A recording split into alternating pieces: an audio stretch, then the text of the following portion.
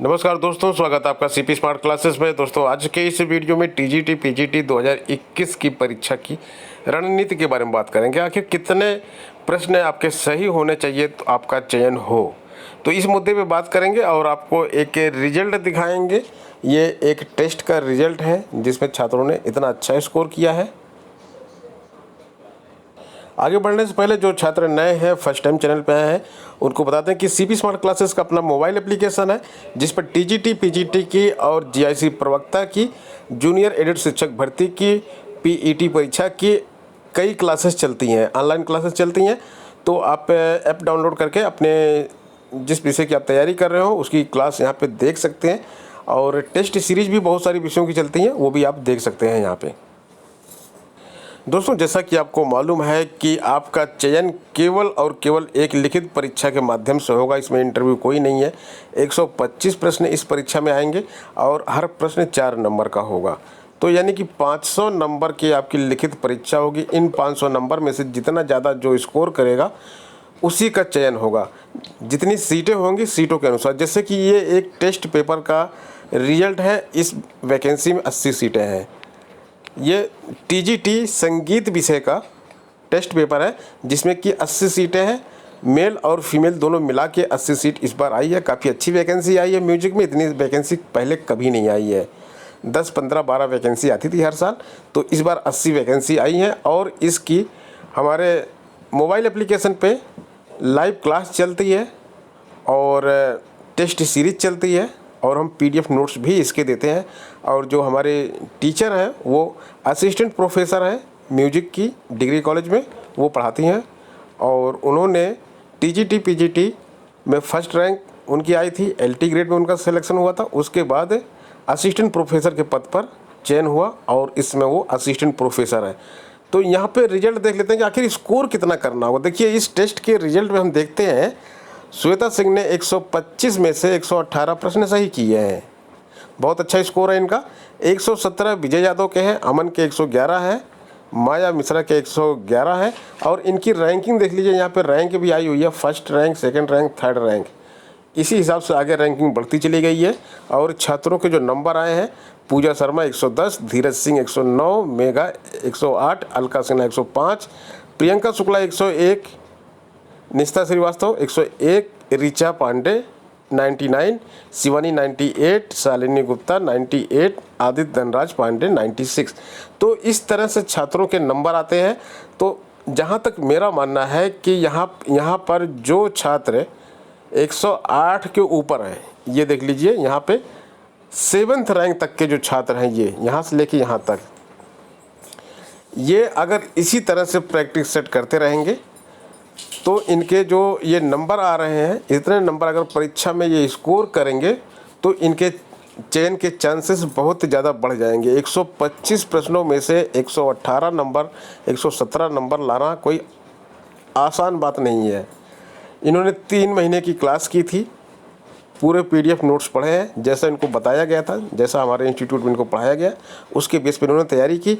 और ये पूरा का पूरा मॉडल पेपर जो था टीजीटी परीक्षा में जिस तरह का पेपर आता है, सेम टू सेम उसी तरह का पेपर बना के इनको दिया गया था और उसको इन्होंने ऑनलाइन सॉल्व किया है। ऑनलाइन टेस्ट सीरीज है। हम कोई मतलब ऑफलाइन टेस्ट सीरीज नहीं कराते हैं। ऑफलाइन बहुत सारे कोचिंग इंस्टीट्यूट्स में पीडीएफ दे दिया जाता है, आप उसको सॉल्व कीजिए, उसके बाद उसको सबमिट कीजिए, फिर उसको वहाँ पे करिए। तो ऐसा हम नहीं करते हैं। ऑनलाइन टेस्ट सीरीज है। जो हमारा मोबाइल एप्लीकेशन जो भी हमने आपको दिखाया सीपी स्मार्ट क्लासेस, उसी पर ये चीज़ें मिलती हैं। तो वहाँ पे कई विषयों की क्लासेस चल रही हैं, आर्ट की, मैथ की, म्यूजिक की, इंग्लिश की, इस तरह की क्लासेस वहाँ पे चल रही है। और जीआईसी प्रवक्ता के लिए भी इसी तरह की क्लासेस चल रही हैं। और सामान्य ज्ञान की जीआईसी प्रवक्ता की जो 40 प्रश्न आने हैं उसकी क्लास चल रही है। जूनियर एडेड शिक्षक भर्ती की मैथ साइंस की भी क्लास चल रही है। तो कहना ये मैं चाहता हूँ इस वीडियो के माध्यम से आपको कि आप 115 प्लस अगर स्कोर करते हैं टेस्ट सीरीज में, या इतने आपके आ रहे हैं, तो आप अपने आप को सेफ समझें। क्योंकि देखिए, हम अगर म्यूजिक की भी बात करेंगे तो फॉर्म तो कहीं ज़्यादा पड़े हुए हैं, लेकिन जितना मेरा अनुमान है करीब 15,000 से लेके 20,000 तक इसमें फॉर्म पड़े हुए हैं। अब 15,000 20,000 लोगों में से 125 में से 115 के ऊपर स्कोर करने वाले बहुत से स्टूडेंट होंगे, तो जो टॉप 80 कैंडिडेट होंगे उन्हीं का सिलेक्शन हो जाएगा। अब उसमें भी टॉप 80 की कैटेगरी के लिए भी इसमें रिजर्वेशन लगता है। आपको मालूम है SC की सीटें कुछ फिक्स है, ST की सीटें फिक्स है, OBC की सीटें फिक्स है। तो जनरल कैंडिडेट के लिए बहुत ज़्यादा फाइट है यहाँ पे। जनरल कैंडिडेट को तो काफ़ी अच्छा स्कोर करना पड़ेगा। हो सकता है 115 नंबर लाने पर भी जनरल कैंडिडेट का यहाँ पे सिलेक्शन ना हो। तो आप जिस भी विषय की तैयारी कर रहे हैं, मेरा ऐसा मानना है कि आपका जो भी विषय है ये सब्जेक्ट टू सब्जेक्ट डिपेंड करेगा, लेकिन 115 जो है बिल्कुल सेफ स्कोर रहेगा। 115 पे जिन विषयों में सीटें बहुत कम हैं वहाँ अभ्यर्थी भी कम होते हैं, जिन विषयों में सीटें ज़्यादा हैं वहाँ पे अभ्यर्थी भी ज़्यादा होते हैं। हम बात करते हैं 813 पदों की जो निकली हैं कला विषय की। कला विषय की अगर मेल और फीमेल दोनों जोड़ दिया जाए तो 813 पद यहाँ पे निकले हैं। 710 बालक वर्ग में और 113 बालिका वर्ग में निकले हुए हैं पद। लेकिन आर्ट विषय में कंपटीशन बहुत ज़्यादा है। सबसे ज़्यादा फॉर्म कला विषय के भरे गए हैं, और कला एक ऐसा विषय है जिसको लोग बहुत ही हल्के में लेते हैं। 2-4 किताबें इधर उधर खरीद लिए, उससे सोचते हैं कि उससे सिलेक्शन हो जाएगा। लेकिन जो चयन बोर्ड है, जो सिलेबस चयन बोर्ड ने जारी किया है, उसमें से उस सिलेबस से कई प्रश्न बाहर से पूछे जाते हैं। तो आप सिलेबस के अकॉर्डिंग पढ़ के इस परीक्षा को पास नहीं कर सकते। इसके लिए आपको एक अच्छे गाइडेंस की ज़रूरत है, जिससे कि आप अच्छा स्कोर कर सकें। अब 1 लाख से ज़्यादा फॉर्म पड़े हैं कला के और सीटें हैं 813। तो आप अनुमान लगा लीजिए कि आपको कितना स्कोर करना पड़ेगा। 80-90 प्रश्न सही करने वाले 125 में कहीं नहीं रुकेंगे, इसमें कहीं टिकते ही नहीं कंपटीशन में। इस कंपटीशन में भी 100+ अगर आप करेंगे तभी आप अपने आप को कंपटीशन में मानिए। किसी भी विषय का उदाहरण ले सकते हैं हम, हिंदी का ले सकते हैं, गणित का ले सकते हैं, अंग्रेजी का ले सकते हैं।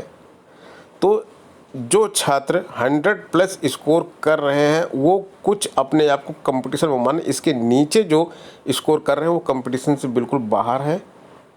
किसी एक पर्टिकुलर विषय में ऐसा हो जाए तो उसके लिए मैं नहीं कह सकता, लेकिन ये जनरल रूल है कि 100 से अगर आप कम कर रहे हैं तो आप परीक्षा से बाहर हैं, कंपटीशन से बाहर हैं आप अगर 100 से नीचे कर रहे हैं तो। और 115 जो है ये बिल्कुल सेफ स्कोर है। तो आपको 2 चीज़ें मैंने इस वीडियो में बताई। पहली कि आपको 100 से नीचे नहीं करना है और 115 के आसपास आपको रहना है। ऊपर जा सकते हैं तो बहुत ही अच्छा है, लेकिन नीचे आपको नहीं जाना है। और एक चीज़ और मैं आपको बता दूं, यहाँ पे देखिए, यहाँ पे आप जितनी पढ़ाई कर रहे हैं उस पढ़ाई करने से ज़्यादा इम्पॉर्टेंट ये है कि क्या नहीं पढ़ना है। सबसे पहले आप पता कीजिए कि हमको क्या नहीं पढ़ना है।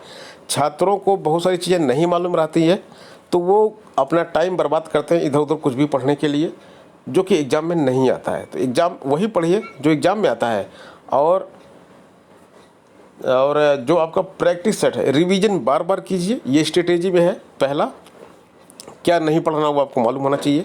दूसरा, रिवीजन आपको डेली 1 घंटे करना है। कम से कम 1 घंटा जो पढ़ा है आपने दिन भर में उसका एक रिवीजन कीजिए।